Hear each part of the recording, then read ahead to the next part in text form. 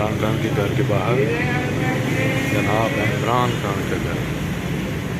Check करें ये jammer वाली गाड़ियाँ, ज़मान पार्क और ये नफरी। ये जनाब मेन रोड है जहाँ से भी हमने चने लिए हैं वो खाए हैं।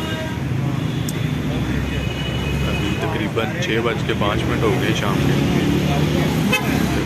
ये देखें जी लाहौर में इमरान खान के घर के पास लाइव बना दी और दुनिया इमरान खान से मिलने के लिए आ रही है। दुनिया को इमरान खान की ज़रूरत है, ना कि इमरान खान को दुनिया से मुराद ये है कि जो पौधे लेना चाहते हैं, MPA MNA टिकट्स लेना चाहते हैं, इमरान खान से गुर्बत बढ़ाना चाहते हैं, वो लोग इधर दिल्ली आते हैं और आके मुलाकातें करते हैं। शेड्यूल्स होते हैं कौन किस वक्त आएगा। गाड़ियाँ देखें, जैमर्स, पुलिस हर वक्त यहाँ पे तैनात होती है। चारों तरफ से घर को पुलिस ने सिक्योरिटी के लिए घेरा हुआ है, हिसार बनाया हुआ है।